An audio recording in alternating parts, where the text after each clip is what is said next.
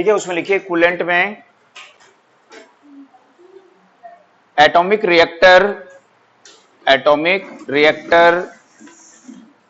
में generated heat को atomic reactor में जनरेटेड हीट को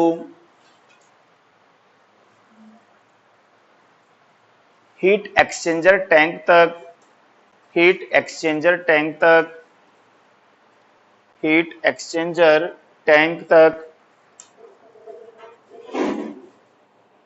कन्वे करने के लिए या ट्रांसफर करने के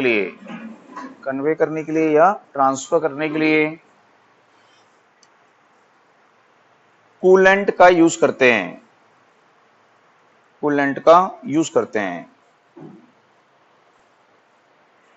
नेक्स्ट के कूलेंट के रूप में कार्बन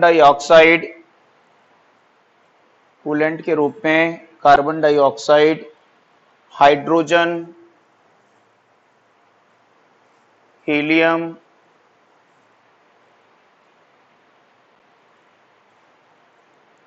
आदि गैस या हैवी वाटर D2O या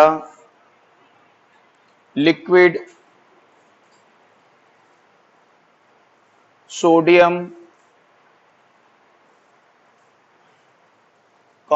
लिथियम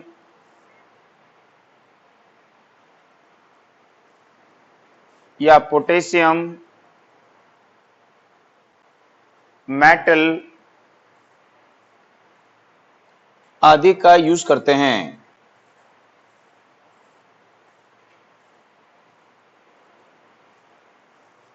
ठीक है, अब अलग से कुछ पॉइंट डाल के लिखिए।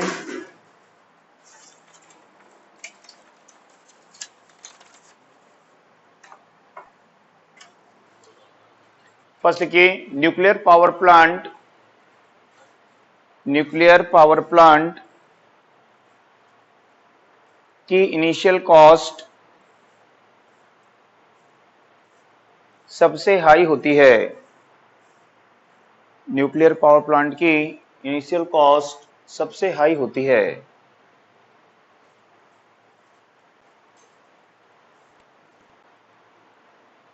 नेक्स्ट के इस प्लांट की रनिंग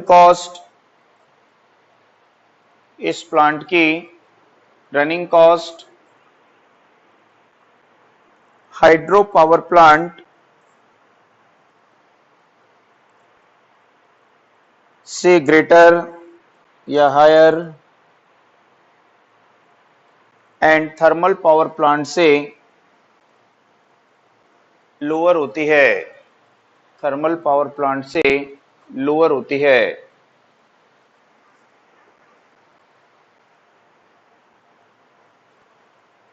नेक्स्ट के इस प्लांट की एफिशिएंसी लगभग 30% होती है। इस प्लांट की एफिशिएंसी लगभग 30% होती है।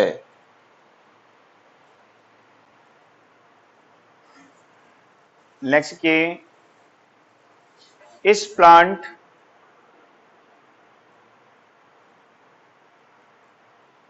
का यूज बेस लोड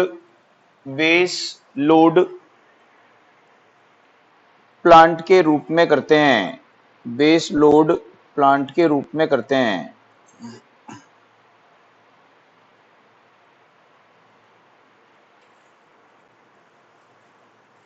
नेक्स्ट इस प्लांट की रिलायबिलिटी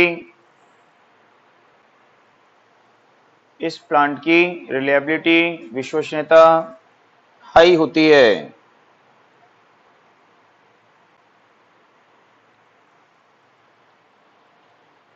नेक्स्ट के हाई मेंटेनेंस कॉस्ट, मेंटेनेंस इसमें ज्यादा करना पड़ेगा।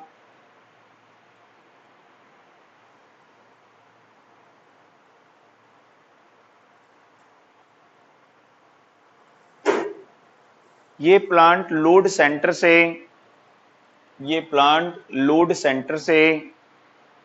30 to 40 किलोमीटर, 30 से 40 किलोमीटर डिस्टेंस पर प्लेस्ड होते हैं।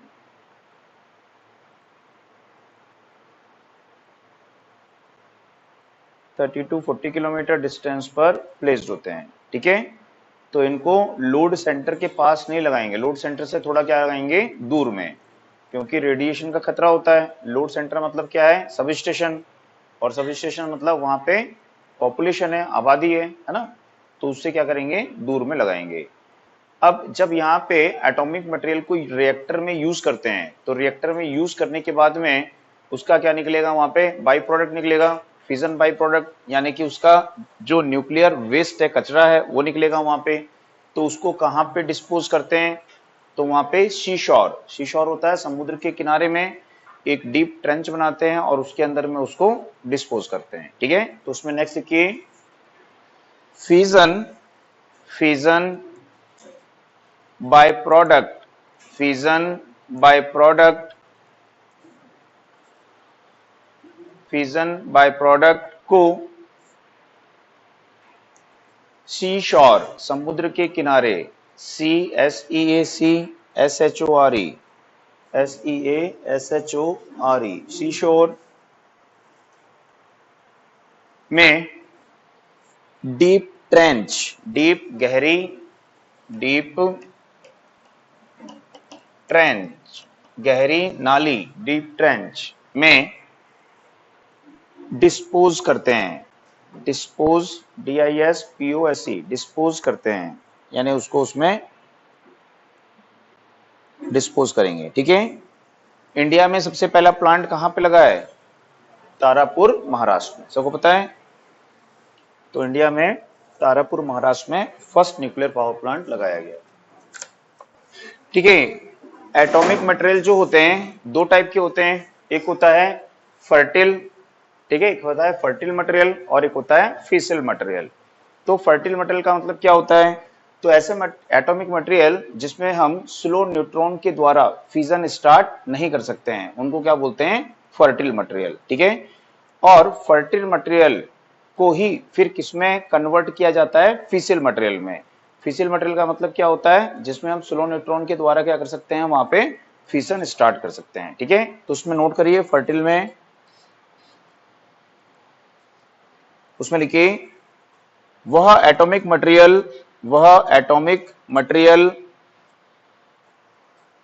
जो स्लो या थर्मल न्यूट्रॉन के द्वारा फिजनेबल नहीं होता है, फिजनेबल यानी फिजन योग्य नहीं होता है, फिजनेबल नहीं होता है। फिजन, फिजन क्या होता है, नाभिक के विखंडन, है ना, फिजनेबल नहीं होता है, यानी कि फिजन योग्य वो नहीं होता है, ठीक है। तो ऐसा एटॉमिक मटेरियल जो स्लो न्यूट्रॉन या थर्मल न्यूट्रॉन के द्वारा फिजनेबल नहीं होता है, फिजन योग्य नहीं होता है, उसको क्या बोलेंगे, फर्टिल मटेरियल, ठीक है, फर्टिल मटेरियल कहलाता है। फिजनेबल नहीं होता है, फर्टिल मटेरियल कहलाता है, ठीक है। उसमें लिखिए अब फिसिल मटेरियल में, वह एटॉमिक मटेरियल जिसमें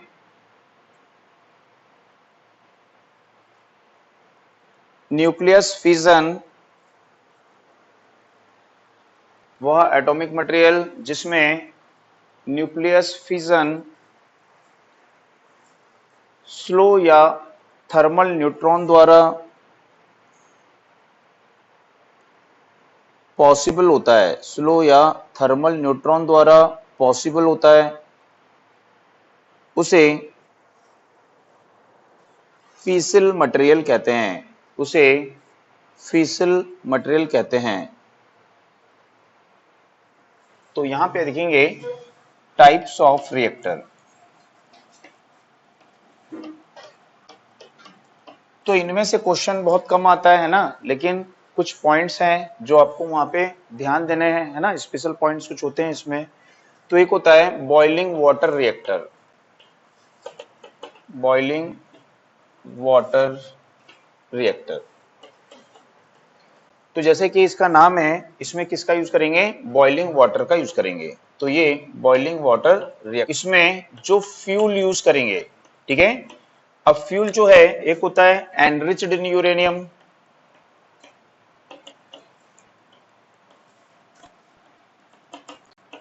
तो एनरिच्ड यूरेनियम क्या होता है, 235, है ना, यूरेनियम 235 को क्या बोलते हैं, एनरिच्ड यूरेनियम बोलते हैं। और नेचुरल यूरेनियम किसको बोलते हैं, 238 को। अब इसमें जो मॉडरेटर होता है और कूलेंट होता है, ये दोनों कैसे रहेंगे, तो ये दोनों रहते हैं यहाँ पे ऑर्डिनरी वाटर। तो ऑर्डिनरी वाटर का यूज करते हैं इसमें मॉडरेटर और कूलेंट के रूप में, ठीक है। और इसकी जो एफिशिएंसी होती है लगभग वो 33% यहाँ पे इसकी एफिशिएंसी होती है, ठीक है।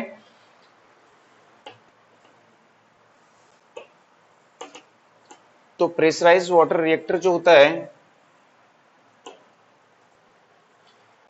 इसमें किसका यूज करेंगे, सेम एनरिच्ड यूरेनियम का। और इसमें होता है प्रेशराइज्ड, ठीक है। कैसे वाटर का यूज करते हैं इसमें, प्रेशराइज्ड वाटर का इसमें यूज किया जाता है, ठीक है। और इसकी एफिशिएंसी भी क्या होती है, सेम। तो सिर्फ डिफरेंस क्या है यहाँ पे मॉडरेटर और कूलेंट में, उसमें ऑर्डिनरी वाटर का यूज करते हैं और यहाँ पे प्रेशराइज्ड वाटर का यूज करते हैं, ठीक है। गैस कूल्ड रिएक्टर, तो ये जो रिएक्टर होता है इसमें किसका यूज करते हैं, नेचुरल यूरेनियम, यानी कि यूरेनियम 238।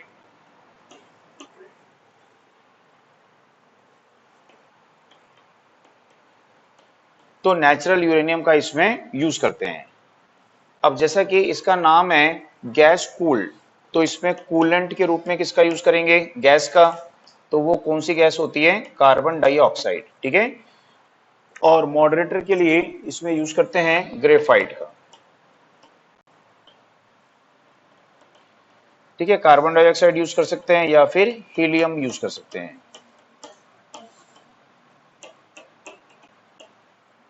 तो कार्बन डाइऑक्साइड या हीलियम गैस को इसमें यूज कर सकते हैं।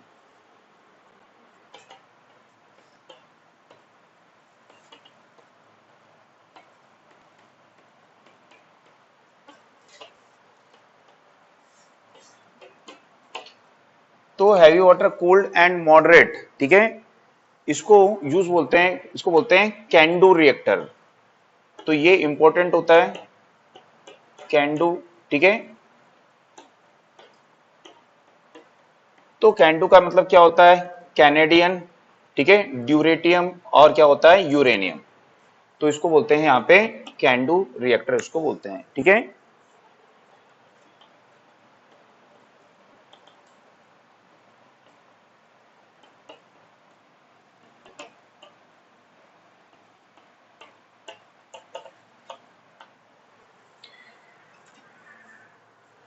तो यहाँ पे कैनेडियम, ड्यूटेरियम, ड्यूटेरियम और यूरेनियम। तो इसको आप याद रखना है कि जो ये कैन डू रिएक्टर है, ठीक है, इंपॉर्टेंट होता है ना। इसमें से एग्जाम में क्वेश्चन आपको पूछ सकता है कि इसमें जो फ्यूल है वो फ्यूल क्या यूज करते हैं, तो नेचुरल यूरेनियम का इसमें यूज करते हैं।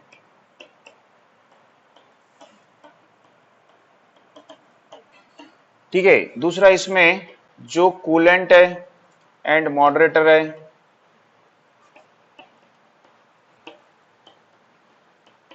जैसे कि ऊपर टाइटल में लिखा हुआ है, किसका यूज करते हैं, हैवी वाटर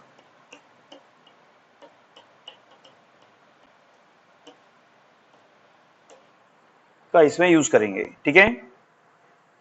दूसरा इसमें control rod, control rod not used, ठीक है। तो इसमें याद रखिए कि किसका यूज नहीं किया जाता है, कंट्रोल रॉड का यूज उसमें नहीं किया जाता है। ठीक है, तो पूछ सकता है कि इनमें से किस रिएक्टर में कंट्रोल रॉड का यूज नहीं करते हैं, तो वो होता है कैंडू रिएक्टर। ठीक है,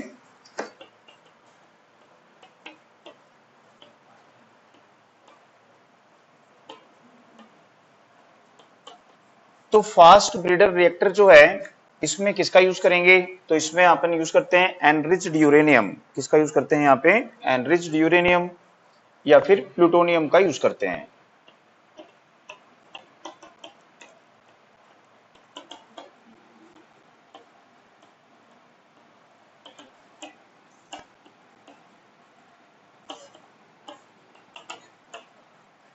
ठीक है, इसका यूज करेंगे। दूसरा यहाँ पे जो कूलेंट होता है, सबसे पहले मॉडरेटर देखते हैं। मॉडरेटर, तो इसमें मॉडरेटर का यूज नहीं करते हैं। ठीक है, तो इसमें किसका यूज नहीं करेंगे, मॉडरेटर का। तो इसको याद रखिए, कैंडू रिएक्टर में कंट्रोल रॉड का यूज नहीं करेंगे और फास्ट ब्रीडर रिएक्टर में मॉडरेटर का यूज नहीं करेंगे। ठीक है, तो क्यों नहीं करेंगे उसको आगे देखेंगे। दूसरा यहाँ पे जो कूलेंट होता है, कूलेंट का यूज किसका किसका करेंगे, जो अपन पढ़े थे लिक्विड मेटल, है ना, जैसे कि सोडियम मेटल है, पोटेशियम मेटल है, तो उसका यहाँ पे यूज करेंगे। तो लिक्विड सोडियम या पोटेशियम मेटल, तो इनका यहाँ पे यूज किया जाता है।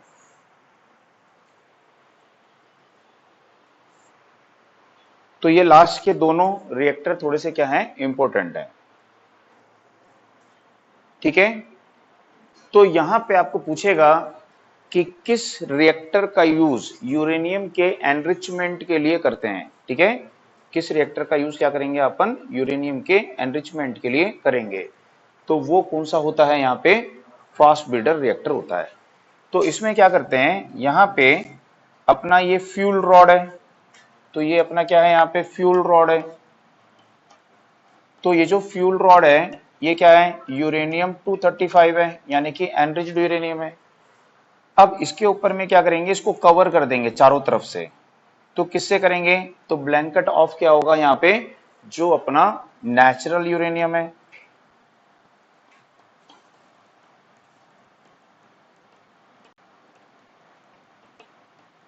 ठीक है, जैसे कि यूरेनियम 238 है, या फिर थोरियम होता है, थोरियम 232 है, सॉरी थोरियम 232 है। तो इससे क्या करेंगे, उसके ब्लैंकेट से इसको कवर कर देंगे। ठीक है, चारों तरफ से उसको ढक दिए। अब यहाँ पे क्या करेंगे, न्यूट्रॉन की बम्बारिंग कराएंगे। तो जब न्यूट्रॉन की बम्बारिंग कराएंगे तो मॉडरेटर क्या करता था, न्यूट्रॉन की वेलोसिटी को रिड्यूस करता था। तो यहाँ पे बीच में अब क्या मिलेगा, ठीक है, नेचुरल यूरेनियम मिलेगा। तो वो न्यूट्रॉन की वेलोसिटी को क्या करेगा, रिड्यूस करेगा। और ये नेचुरल यूरेनियम फास्ट न्यूट्रॉन को क्या करेगा, एब्जॉर्ब करेगा, और एब्जॉर्ब करके वो किस में कन्वर्ट हो जाएगा, जो है यूरेनियम 235 या फिर प्लूटोनियम में क्या होगा, वो कन्वर्ट हो जाएगा। ठीक है, तो यहाँ पे एनरिचमेंट प्रोसेस के लिए किस रिएक्टर का यूज किया जाता है, फास्ट ब्रीडर रिएक्टर का यूज करते हैं। तो इसलिए ये रिएक्टर थोड़ा सा इंपॉर्टेंट है। ठीक है, तो इसमें नोट करिएगा, इस रिएक्टर में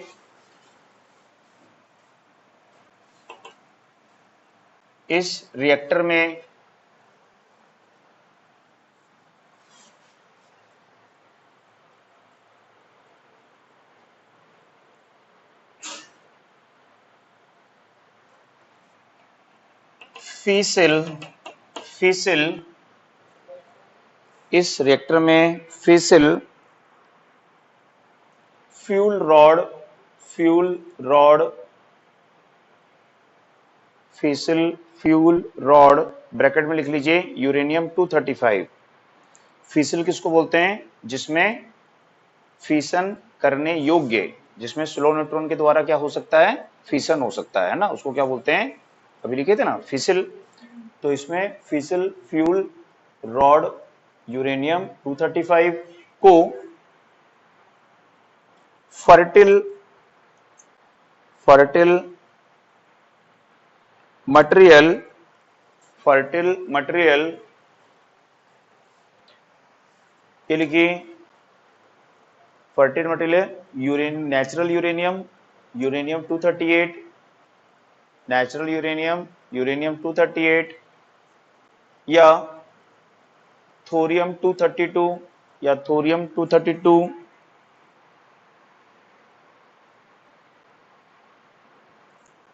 के द्वारा कवर्ड करते हैं, के द्वारा कवर्ड करते हैं, ढकते हैं।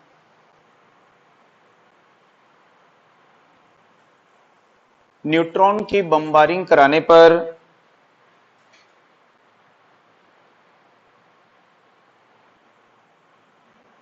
न्यूट्रॉन की बम्बारिंग कराने पर फर्टिल मटेरियल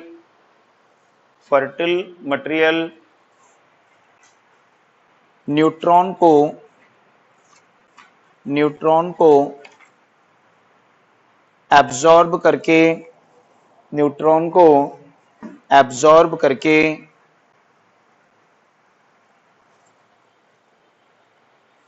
फिसल मटेरियल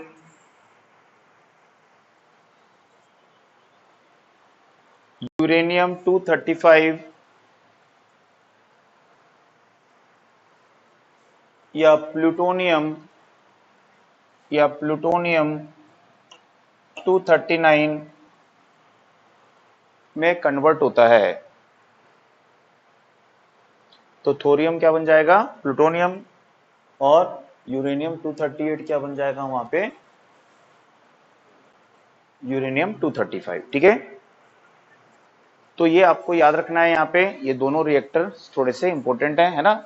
इसमें मॉडरेटर यूज नहीं करेंगे और उसमें कंट्रोल रॉड का यूज नहीं करते हैं। ठीक है, diesel power plant, diesel power plant. ठीक है, तो डीजल पावर प्लांट किसको बोलेंगे, जिसमें प्राइम मूवर के रूप में किसका यूज करते हैं, डीजल इंजन का यूज करते हैं। तो उसी को क्या बोलते हैं, डीजल पावर प्लांट बोलते हैं। ठीक है, तो जो डीजल पावर प्लांट होगा उसमें डीजल इंजन का यूज करेंगे। डीजल इंजन सब देखे हो, देखे हो नहीं, कहां पे देखे हो, गाड़ियों में देखे हो। ठीक है, और डीजल इंजन को कैसे स्टार्ट करते हैं, डीजल इंजन को कैसे स्टार्ट करते हैं, मैकेनिकल। तो डीजल इंजन को दो तरह से क्या कर सकते हैं अपन वहां पे स्टार्ट कर सकते हैं। एक होता है स्पार्क इग्निशन और दूसरा होता है कंप्रेशन इग्निशन। ठीक है, तो दो तरह से अपन क्या कर सकते हैं, डीजल इंजन को स्टार्ट कर सकते हैं। तो नॉर्मली स्पार्क इग्निशन का यूज नहीं करते हैं। ठीक है, स्पार्क इग्निशन का यूज किसमें करते हो आप, अपनी मोटर बाइक में। ठीक है, अपनी जो बाइक वगैरह है उसमें क्या लगा होता है, स्पार्क प्लग होता है। तो नॉर्मली पेट्रोल इंजन में किसका यूज किया जाता है, स्पार्क इग्निशन का यूज करते हैं। ठीक है, तो डीजल इंजन में किसका यूज करते हैं, कंप्रेशन इग्निशन का यूज में किया जाता है। ठीक है, तो इसमें क्या होता है, सबको पता होगा कि गाड़ियों में क्या होता है, इस प्रकार से ब्लॉक होते हैं। ठीक है, और इस ब्लॉक के अंदर में क्या आता है, यहाँ पे पिस्टन होता है, ये पिस्टन होता है ये। ठीक है, इस प्रकार से पिस्टन रहेगा। अब यहाँ पे क्या होगा, एक साइड से होता है एयर फिल्टर लगा होता है। एयर फिल्टर से क्या करता है, ये एयर इसमें इंजेक्ट करता है। एक तरह क्या होता है, फ्यूल होता है, फ्यूल फिल्टर होता है, उससे क्या करता है, इसमें फ्यूल को इंजेक्ट करता है, फ्यूल को एंटर करता है। ठीक है, तो एक जगह से आ गई एयर, एक जगह से आ गया क्या, इसमें फ्यूल। ठीक है, अब इसको क्या करेगा, यहाँ पे ये पिस्टन ऐसा कंप्रेस करेगा। ठीक है, कभी देखे होगे ऑटो वगैरह क्या करता है, उसका इंजन स्टार्ट नहीं होता है तो ऐसा रस्सी बांधता है, और रस्सी बांध के ऐसे जोर से खींचता है, देखे हो। तो क्या करता है, जब वो जोर से ऐसे खींचता है तो इसको कंप्रेस करता है वो। ठीक है, अब इसको जब अपन कंप्रेस करेंगे, यदि अपन इसको धीरे धीरे कंप्रेस करेंगे, ठीक है, तो कोई वहां पे आपका एनर्जी में चेंज नहीं होगा। आपको उसको बहुत तेजी से, कम समय में क्या है, तेजी से इसको लेके आना है। ठीक है, तो जब इसको अपन क्या करते हैं, कंप्रेस करेंगे, तो क्या होगा, कंप्रेस करोगे तो एयर का क्या होगा, कंप्रेशन। तो यदि हम एयर को कंप्रेस करते हैं तो क्या होगा, उसका टेम्परेचर इंक्रीज होता है, पता है। एयर को कंप्रेस यदि करोगे, कम समय में तेजी से कंप्रेस करोगे एयर को, तो उसका टेम्परेचर क्या होगा, इंक्रीज होगा। तो इसको जब हम तेजी से लेके आएंगे नीचे में, तो इसका टेम्परेचर क्या होगा, इंक्रीज हो जाएगा। और वो टेम्परेचर लगभग कितना हो जाएगा, तो ये जो टेम्परेचर होगा, ये टेम्परेचर जो अपना डीजल होता है उसके इग्निशन पॉइंट से क्या होगा, हायर होगा। ठीक है, तो डीजल में क्या होगा, आग लग जाएगी, बर्न हो जाएगा। इग्निशन पॉइंट यानी कि इसको बोलते हैं ज्वलन बिंदु, जिसपे वो क्या होगा, जल जाएगा। तो इग्निशन पॉइंट से हायर टेम्परेचर पे क्या होगा, डीजल बर्न होगा। और बर्न होगा और उसके अंदर में कंप्रेस्ड एयर है, डीजल है, बर्न होगा तो अंदर का वॉल्यूम क्या होगा, इंक्रीज होगा। तो जब इंक्रीज होगा तो इसको वापस क्या करेगा, वो फोर्सली आउट करेगा। ठीक है, तो फिर ये जाएगा, तो फिर ये फिर क्या होगा, वापस आएगा, क्योंकि जो इसके साथ में व्हील लगी होती है, ऐसा ऐसा व्हील लगी होती है। जब ये वापस ऐसे जाएगा, इसको घुमाएगा, घूमने के बाद व्हील क्या करेगी, वापस इसको पुश करेगी। तो एक बार कंप्रेशन स्टार्ट हो जाता है तो कंटिन्यूसली क्या करते रहेगा, वो ऑटोमेटिकली कंप्रेशन वहां पे होते रहेगा और अपना इंजन वहां पे क्या होता है, स्टार्ट हो जाता है। तो इस तरह से डीजल इंजन को क्या करते हैं, यहाँ पे कंप्रेशन के द्वारा उसको इग्निशन किया जाता है, स्टार्ट किया जाता है। तो इसके लिए अपने को क्या करना पड़ेगा, वहां पर अलग से एक कंप्रेशर प्लांट का यूज करना पड़ेगा। ठीक है, तो ये इसके लिए क्या होती है, एक एडिशनल कॉस्ट हो जाती है, अतिरिक्त इसके लिए क्या होता है, खर्चा हो जाता है कि डीजल पावर प्लांट में हमको क्या यूज करना पड़ता है, एक कंप्रेशर प्लांट अलग से लगाना पड़ता है। ठीक है ना। दूसरा, यहाँ पे जो डीजल इंजन होता है, जब इसमें कंप्रेशन होगा, इग्निशन होगा, तो इसका टेम्परेचर क्या होगा, राइज होगा, है ना। तो इसके सराउंडिंग्स में क्या यूज करते हैं, लुब्रिकेटिंग ऑयल्स वगैरह होता है। ठीक है, और दूसरा ऑयल का टेम्परेचर भी राइज होगा, तो उसके लिए क्या करना पड़ेगा, उसको कूल करना पड़ेगा, ठंडा करना पड़ेगा। तो देखिए होगे छोटे छोटे जो डीजल इंजन होते हैं, जैसे गन्ना रस वगैरह पिए हो गए ना, तो गन्ना रस मशीन वाला क्या करता है, साइड में एक इंजन लगा होता है, देखिए उसके, और उस साइड में देखिए होगे एक ड्रम रखा होता है, पानी पानी उसमें से गिरते रहता है, देखियो पानी का सर्कुलेशन होता रहता है। तो वो क्या करता है, इंजन को कूल करता है, वहां पे क्या होता है, कूलिंग। तो यहाँ पे भी जो इंजन है, इस इंजन में टेम्परेचर राइज होगा, तो उसको क्या करना पड़ेगा, आपको वहां पे कूलिंग करना पड़ेगा। तो कूलिंग करना पड़ेगा तो वाटर के ट्यूब्स होंगे वहां पे। तो वाटर की ट्यूब्स पूरे इंजन में, जहां पे अपना लुब्रिकेटिंग ऑयल है उसके अंदर पूरी वाटर की ट्यूब्स क्या करते रहेंगे, सर्कुलेट करते रहेंगे, उसके अंदर से कूलिंग वाटर सर्कुलेट करेगा। ठीक है, अब वो वाटर क्या करेगा, इसकी हीट को ट्रांसफर करेगा। तो वाटर हीट हो जाएगा, वाटर गर्म हो जाएगा, तो वाटर को कूल करना पड़ेगा। तो उसके लिए क्या लगाना पड़ेगा, फिर आपको वहां पे कूलिंग टावर लगाना पड़ेगा। ठीक है, तो ये सब इसके क्या होते हैं, पार्ट्स होते हैं प्लांट के। ठीक है, कूलिंग टावर, ठीक है, कूलर, उसको कूलर बोलते हैं या कूलिंग टावर उसको बोलते हैं, जो इसको कूल करेगा, कूलिंग वाटर सप्लाई करेगा। ठीक है, डीजल इंजन, इसके बाद में इसको फ्यूल सप्लाई करने के लिए अपने को फ्यूल टैंक बनाना पड़ेगा। ठीक है, तो वो सब इसके यहाँ पे पार्ट्स होते हैं। तो इसका जो है ब्लॉक डायग्राम वगैरह अपन नहीं देखेंगे, क्योंकि उसमें से क्वेश्चंस वगैरह आपको आते हैं नहीं है। ठीक है, सिर्फ आपको याद रखना है कि डीजल पावर प्लांट किसको बोलते हैं, जिसमें डीजल इंजन का use as a prime mover किया जाता है, उसको क्या बोलते हैं, डीजल पावर प्लांट बोलते हैं। ठीक है, अब ये जो पावर प्लांट है, इस पावर प्लांट में जब अपन यूज करेंगे फ्यूल का, तो फ्यूल के रूप में किसका यूज करेंगे, डीजल का। और डीजल की कॉस्ट क्या होती है, हाई। तो इस प्लांट की जो रनिंग कॉस्ट होगी वो क्या होगी, हाई होगी। तो जो डीजल पावर प्लांट होते हैं, इनकी रनिंग कॉस्ट क्या होती है, सबसे ज्यादा होती है। ठीक है, तो जब इसकी रनिंग कॉस्ट सबसे ज्यादा है, तो इस प्लांट को हम क्यों यूज करेंगे, हमको तो ऐसा प्लांट यूज करना होता है ना जिसकी रनिंग कॉस्ट क्या होनी चाहिए, कम होनी चाहिए। तो ये जो प्लांट होता है, इस प्लांट को हम यूज करते हैं as a standby plant, standby. ठीक है, तो स्टैंड बाय प्लांट का मतलब क्या होता है, जैसे कि मान लो अभी सुबह सुबह क्या कर रहा है, 6 से 7 पावर कट कर दे रहा है, हैं? बाकी तो आपके पास में 23 आवर्स पावर इलेक्ट्रिसिटी बोर्ड से आ रही है, 1 घंटा पावर कट कर दे रहा है। तो हमने क्या किया हुआ है, डीजल इंजन को स्टैंड बाय रखा हुआ है कि जब आधा घंटा 1 घंटा के लिए पावर कट होगी तो हम उस डीजल इंजन को यूज कर लेंगे। तो हमको शॉर्ट ड्यूरेशन के लिए यूज करना है उसको, बहुत ज्यादा समय के लिए उसको यूज नहीं करना है। तो हम क्या बोलेंगे, उसको हम कैसे यूज कर रहे हैं, as a standby plant use किया जा रहा है। ठीक है, तो डीजल पावर प्लांट जो होते हैं वो स्टैंड बाय प्लांट के रूप में यूज किए जाते हैं, क्योंकि इनकी कॉस्ट क्या होती है, हाई होती है, ठीक है। या फिर कुछ जो कंपनियां होती हैं, कुछ जो प्लांट्स होते हैं, ठीक है, जो अपने यहाँ पे जैसे कि कोई सीमेंट प्लांट है या फिर कोई आपका टेक्सटाइल प्लांट है, बड़े बड़े प्लांट्स होते हैं, है ना। तो उनके पास में क्या होता है कि जब इलेक्ट्रिसिटी बोर्ड से वो प्लांट को लगाते हैं, कोई भी कंपनी प्लांट लगाएगी तो क्या करेगी, स्टेट गवर्नमेंट से उसको एग्रीमेंट करना पड़ता है। तो इलेक्ट्रिसिटी कौन प्रोवाइड करेगा उसको, स्टेट गवर्नमेंट, है ना। इलेक्ट्रिसिटी बोर्ड किसके अंडर में आता है, स्टेट गवर्नमेंट के। तो वही उसको इलेक्ट्रिसिटी प्रोवाइड करेगा।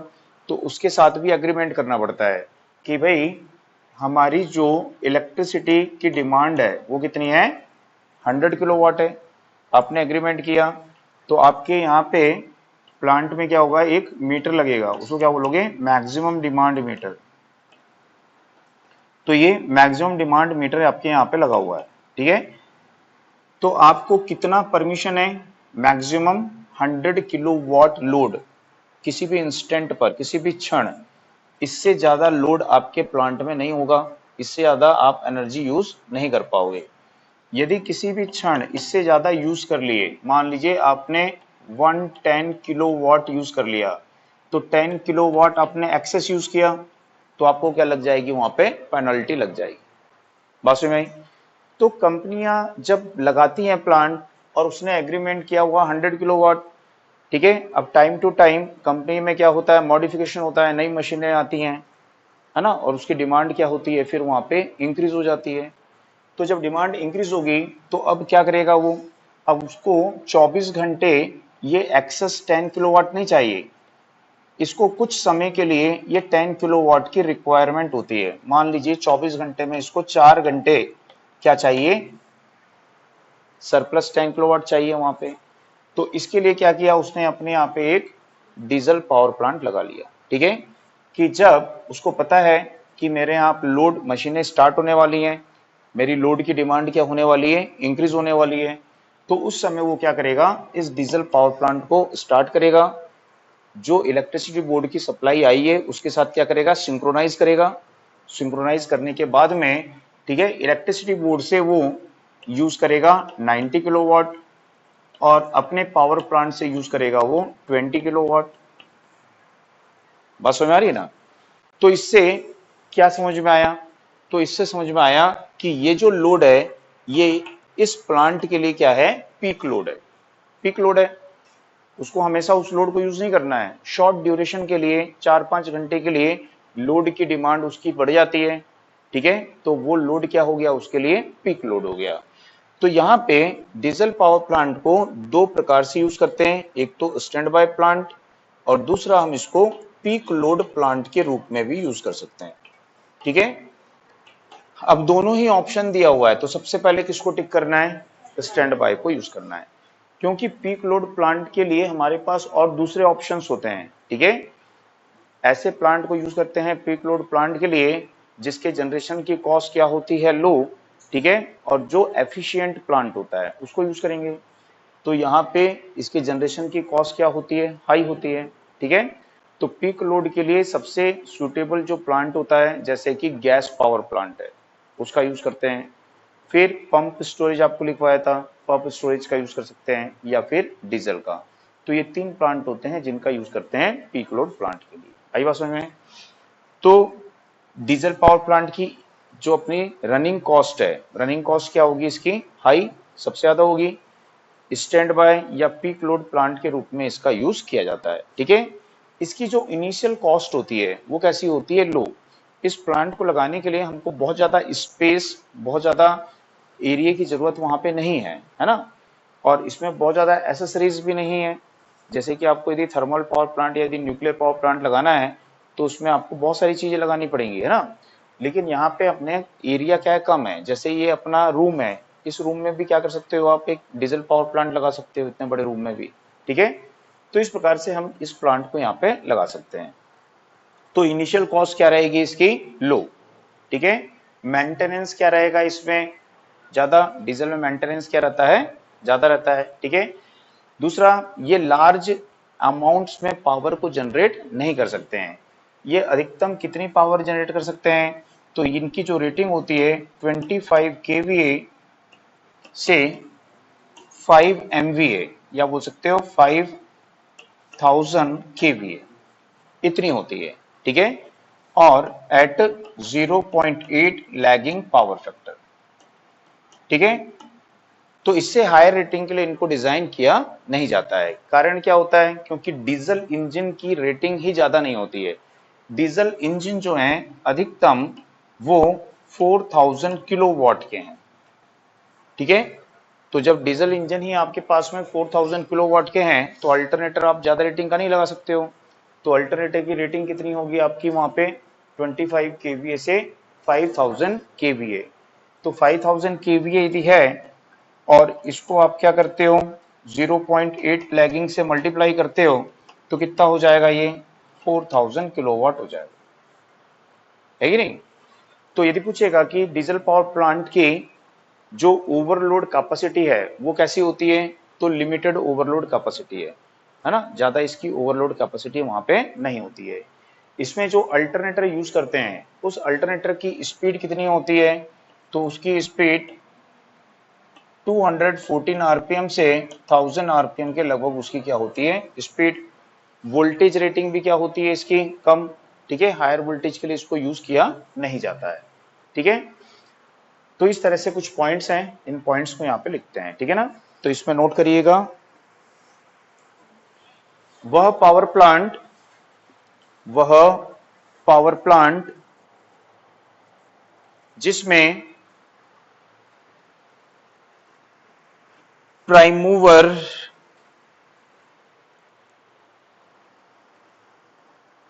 के रूप में डीजल इंजन, वह पावर प्लांट जिसमें प्राइम मूवर के रूप में डीजल इंजन का यूज करते हैं, डीजल पावर प्लांट कहलाता है।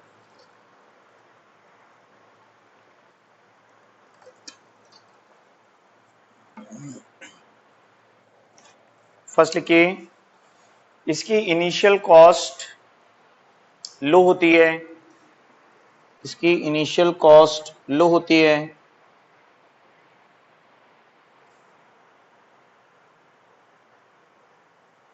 नेक्स्ट, इसकी रनिंग कॉस्ट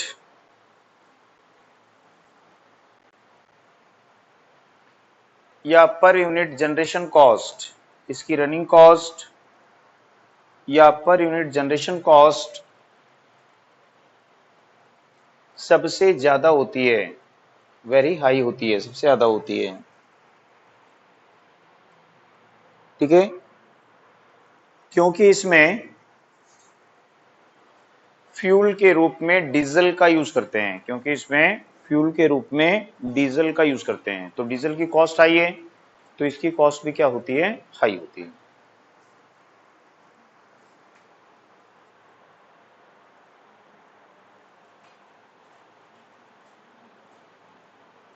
नेक्स्ट देखिए, इस प्लांट की एफिशिएंसी 35% होती है, इस प्लांट की एफिशिएंसी 35% होती है,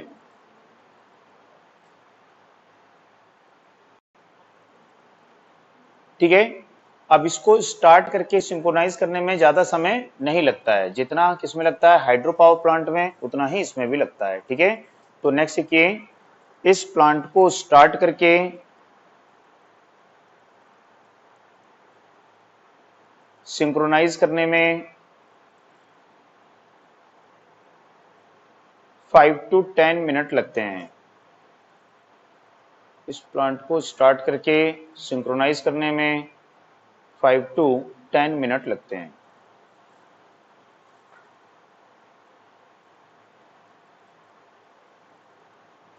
नेक्स्ट के, इस प्लांट का यूज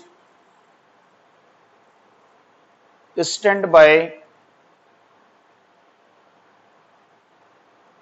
प्लांट तथा peak load plant, standby plant तथा पीक लोड प्लांट दोनों प्रकार से कर सकते हैं।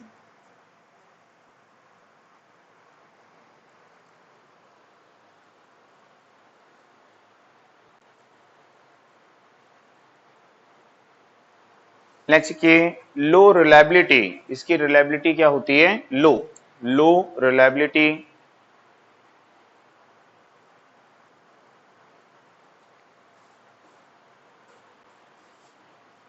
Next no standby loss, इसमें कोई स्टैंड बाय लॉस नहीं होता है, no standby loss.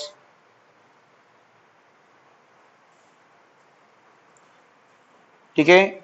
Next की limited overload capacity, limited overload capacity, इसकी ओवरलोड कैपेसिटी सीमित होती है।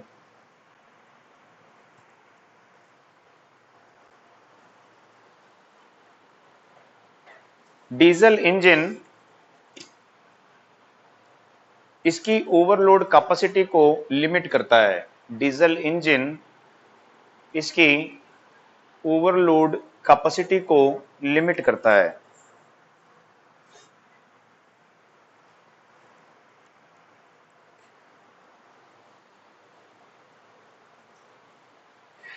इस प्लांट में, नेक्स्ट इस प्लांट में salient pole alternator, salient pole alternator का यूज करते हैं।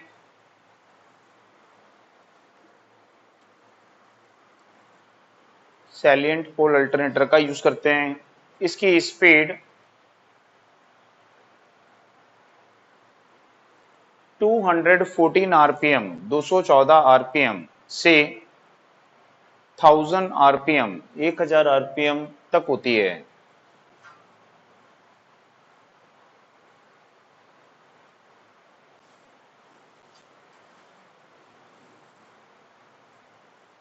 नेक्स्ट की इसमें अल्टरनेटर की रेटिंग, इसमें अल्टरनेटर की रेटिंग 25 केवीए से 5000 KVA at 0.8 lagging power factor होती है, एट 0.8 लैगिंग पावर फैक्टर होती है।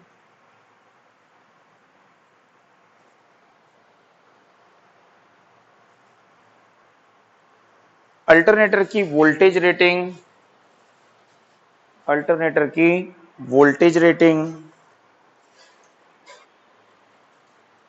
400 वोल्ट से 2200 वोल्ट तक होती है।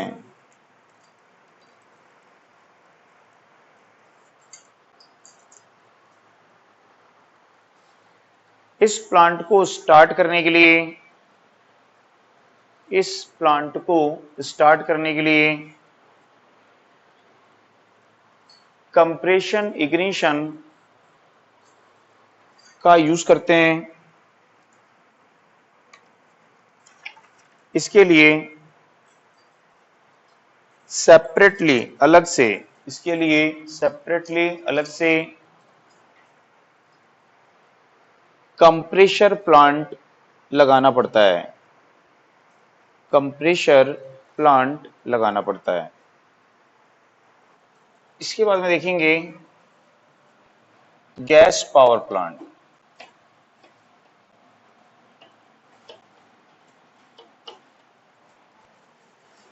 तो गैस पावर प्लांट किसको बोलेंगे? जिसमें गैस टरबाइन का यूज करते हैं, है ना, जिसमें प्राइम मूवर के रूप में किसका यूज करते हैं? गैस टरबाइन का। तो उसको क्या बोलते हैं? गैस पावर प्लांट बोलते हैं। अब ये जो है गैस टरबाइन क्या होती है, तो इसको यहाँ पे देखते हैं गैस पावर प्लांट कैसा रहेगा।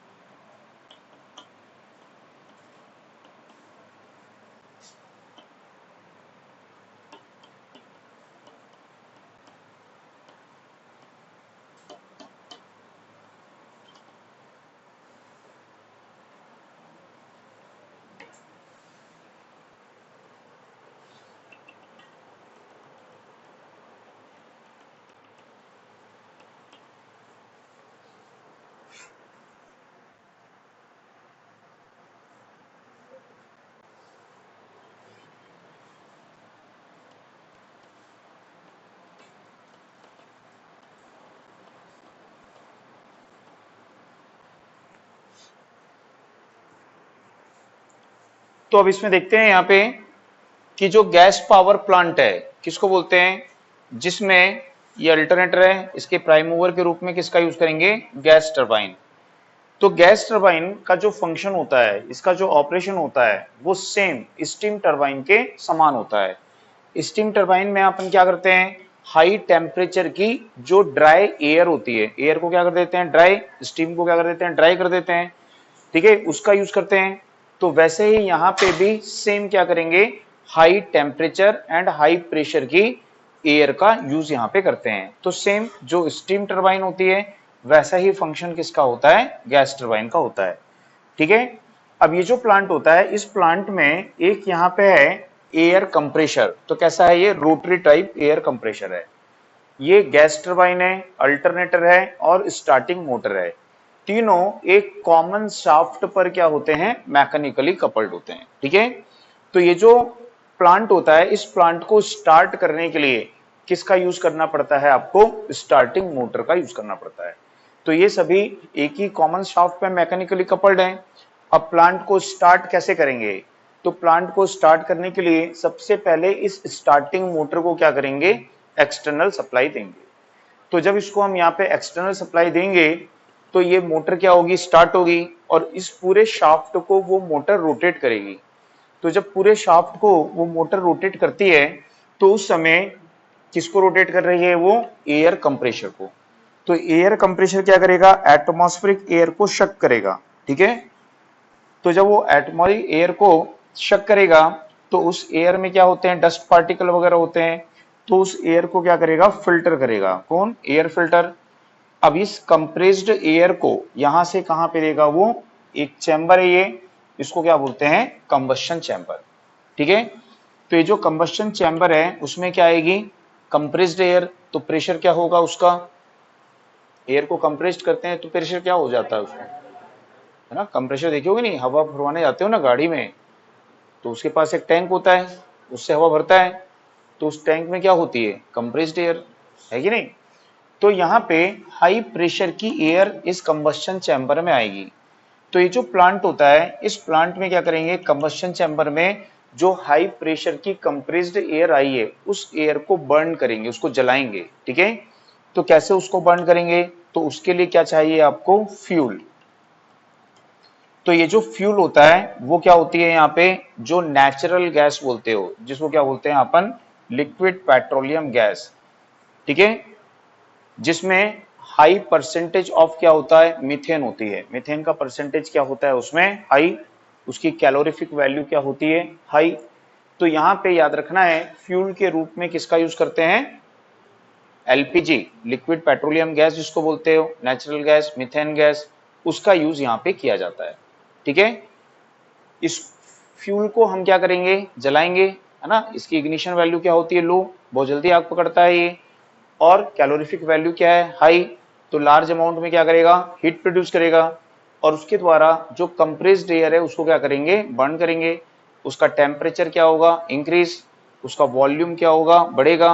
बट वो तो कंप्रेस्ड है, उसके वॉल्यूम को हम अभी बढ़ने नहीं दे रहे हैं वहां पे, तो उसका प्रेशर और बढ़ जाएगा, ठीक है। तो वहां पे टेम्परेचर भी बढ़ जाएगा, प्रेशर भी हो जाएगा। किसी भी एयर को हीट करने से क्या होता है, वो फैलती है, एक्सपैंड होती है। यदि एक्सपैंड करने के लिए उसको आप स्पेस नहीं दोगे तो क्या होगा, उसका प्रेशर बढ़ जाएगा, ठीक है। तो प्रेशर यहाँ पे हाई, टेम्परेचर यहाँ पे हाई।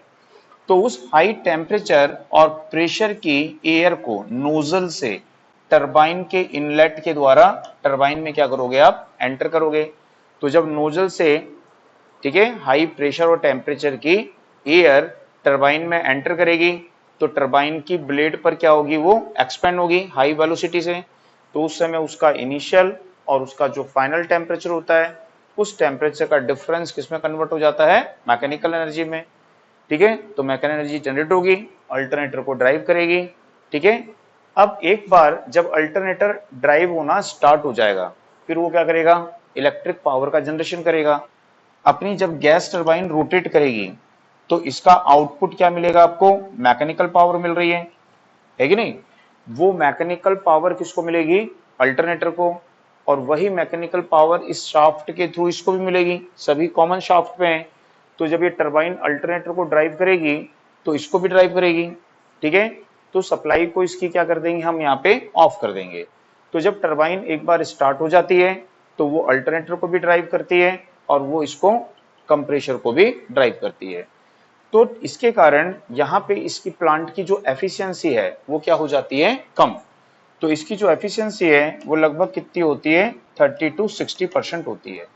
30% कब होगी, नॉर्मल कंडीशन में। इंक्रीज कब होगी, 60% कब होगी, जब हम एक्स्ट्रा अरेंजमेंट करेंगे, जैसे कि रीजनरेटर लगा दिए यहाँ पे। तो रीजनरेटर का क्या फंक्शन है, तो जैसे हमने पढ़ा था इकोनोमाइजर वगैरह का फंक्शन, ठीक है, कि यहां से इसका जो एग्जॉस्ट होगा, ठीक है, एग्जॉस्ट गैस टरबाइन में एंटर की, हाई टेम्परेचर गैस, फिर एग्जॉस्ट होगी, उसका टेम्परेचर भी क्या है अभी, हाई। तो इस हाई टेम्परेचर को हम वेस्ट नहीं होने देंगे। यहां पे हमने बना दिया एक रीजनरेटर, ठीक है। तो यहां से जो कंबस्शन चैम्बर में जा रही है एयर, वो इस रीजनरेटर से होकर पास होगी। तो यहां से क्या है, एग्जॉस्ट गैस आ रही है हाई टेम्परेचर की, तो ये इस एयर को क्या करेगी, प्री हीट कर देगी। तो जब ये प्री हीट करेगी तो यहाँ पे फ्यूल का कंबस्शन कंजम्पशन क्या हो जाएगा, कम हो जाएगा, फ्यूल की कॉस्ट कम हो जाएगी। तो इसकी एफिशिएंसी क्या होगी, बढ़ जाएगी। तो उसके लिए किसका यूज करेंगे, वहां पे रीजनरेटर का यूज करते हैं। आई बात समझ में। तो ये जो प्लांट होता है इसकी रिलायबिलिटी कैसी होती है, हाई। इसकी रिलायबिलिटी कैसी होती है, हाई। दूसरा, इस प्लांट का यूज काय के लिए किया जाता है, तो पीक लोड सप्लाई के लिए इसका यूज करते हैं। तो पीक लोड प्लांट के रूप में इसका यूज किया जाता है, ठीक है ना। तो इसमें नोट कर लीजिए, इसमें से भी ज्यादा क्वेश्चन नहीं आते हैं। एफिशिएंसी वगैरह याद रखिए। एफिशिएंसी क्या होती है, फ्यूल पूछ सकता है कि फ्यूल क्या होती है। इसमें फ्यूल किसका यूज करते हैं, तो मीथेन गैस का यूज इसमें किया जाता है, ठीक है। तो इसमें नोट करिएगा, इस प्लांट में प्राइम मूवर के रूप में गैस टरबाइन का यूज करते हैं। इस प्लांट में प्राइम मूवर के रूप में गैस टरबाइन का यूज करते हैं। नेक्स्ट देखिए, गैस टरबाइन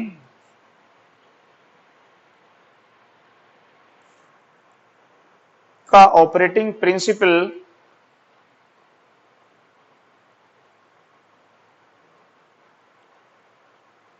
स्टीम टरबाइन के सिमिलर होता है, स्टीम टरबाइन के समान होता है।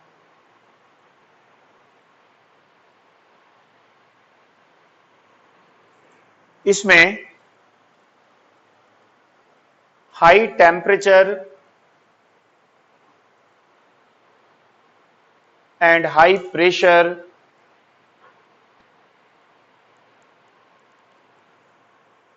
के वर्किंग फ्लूइड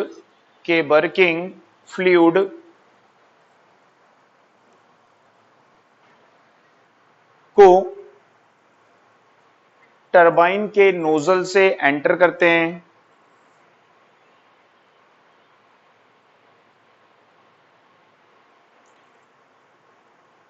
वह हाई वेलोसिटी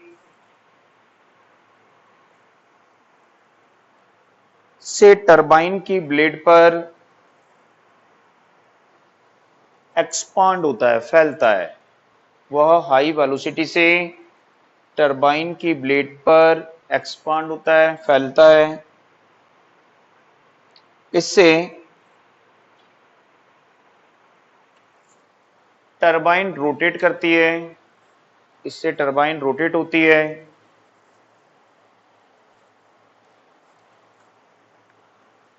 तथा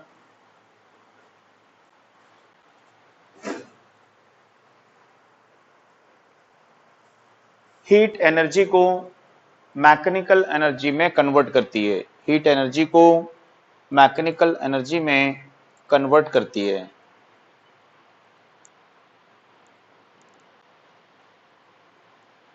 नेक्स्ट ये नेक्स्ट पॉइंट, इस प्लांट में फ्यूल के रूप में इस प्लांट में फ्यूल के रूप में liquid petroleum gas, liquid petroleum gas,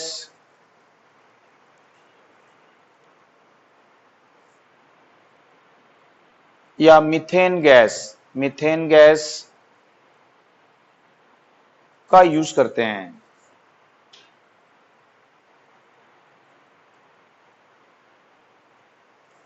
next ये इस प्लांट में rotary type compressor, rotary type air compressor, इस प्लांट में rotary type air compressor,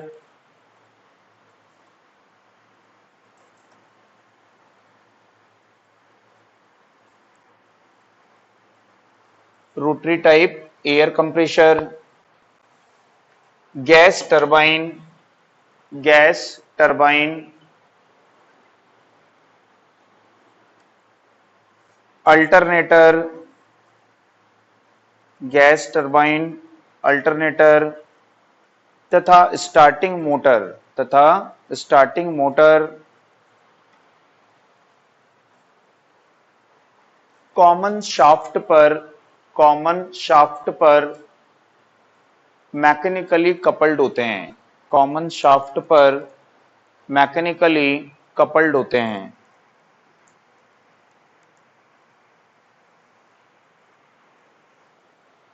next ये इस प्लांट को स्टार्ट करने के लिए, इस प्लांट को स्टार्ट करने के लिए, इस प्लांट को स्टार्ट करने के लिए स्टार्टिंग मोटर को एक्सटर्नल सप्लाई, एक्सटर्नल सप्लाई देते हैं। इससे कंप्रेशर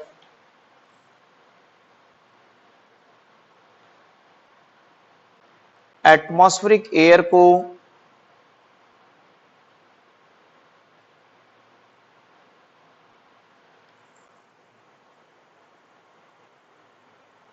कंप्रेस्ड करके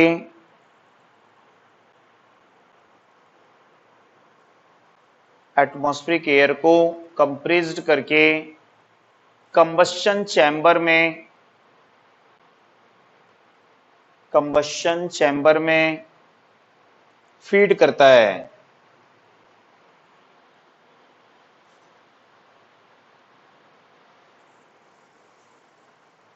फ्यूल की हेल्प से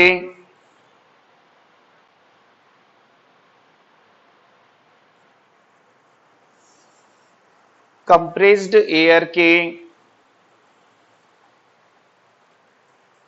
टेम्परेचर को इंक्रीज करते हैं।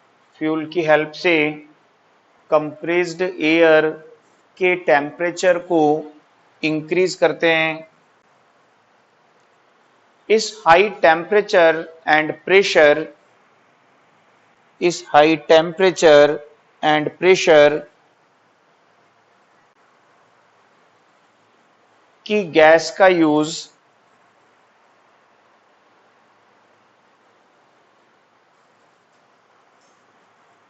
गैस टरबाइन को ड्राइव करने के लिए करते हैं, गैस टरबाइन को ड्राइव करने के लिए करते हैं।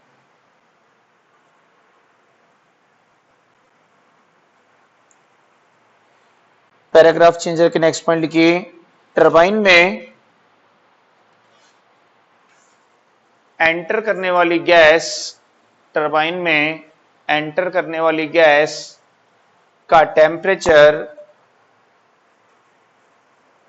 टरबाइन में एंटर करने वाली गैस का temperature high 800 degree Celsius and exhaust gas, का टेम्परेचर 450 डिग्री सेल्सियस होता है। एग्जॉस्ट गैस का टेम्परेचर 450 डिग्री, सॉरी 450 नहीं 540, सुधार लो, 540 डिग्री सेल्सियस होता है। एग्जॉस्ट गैस का टेम्परेचर 540 डिग्री सेल्सियस होता है। नेक्स्ट देखिए, एग्जॉस्ट गैस को रीजनरेटर में यूज करके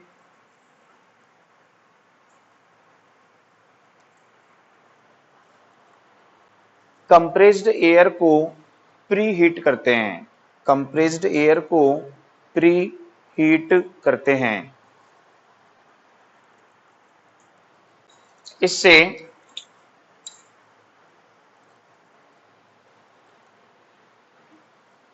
थर्मल एफिशिएंसी इंक्रीज होती है। इससे थर्मल एफिशिएंसी इंक्रीज होती है।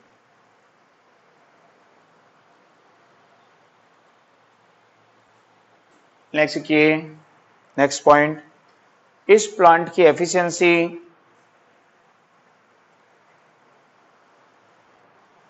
30 से 60% होती है। इस प्लांट की एफिशिएंसी 30 से 60% होती है। नेक्स्ट देखिए,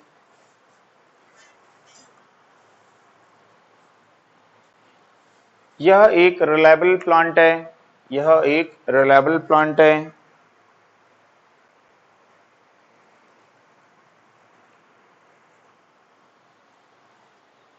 इसका यूज पीक लोड, इसका यूज पीक लोड प्लांट के रूप में करते हैं। इसका यूज पीक लोड प्लांट के रूप में करते हैं।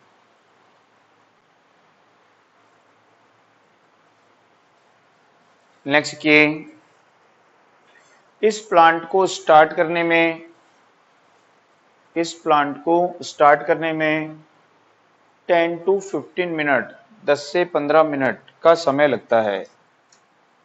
इस प्लांट को स्टार्ट करने में 10 to 15 मिनट, 10 से 15 मिनट का समय लगता है। ठीक है, बात समझ में आई सबको?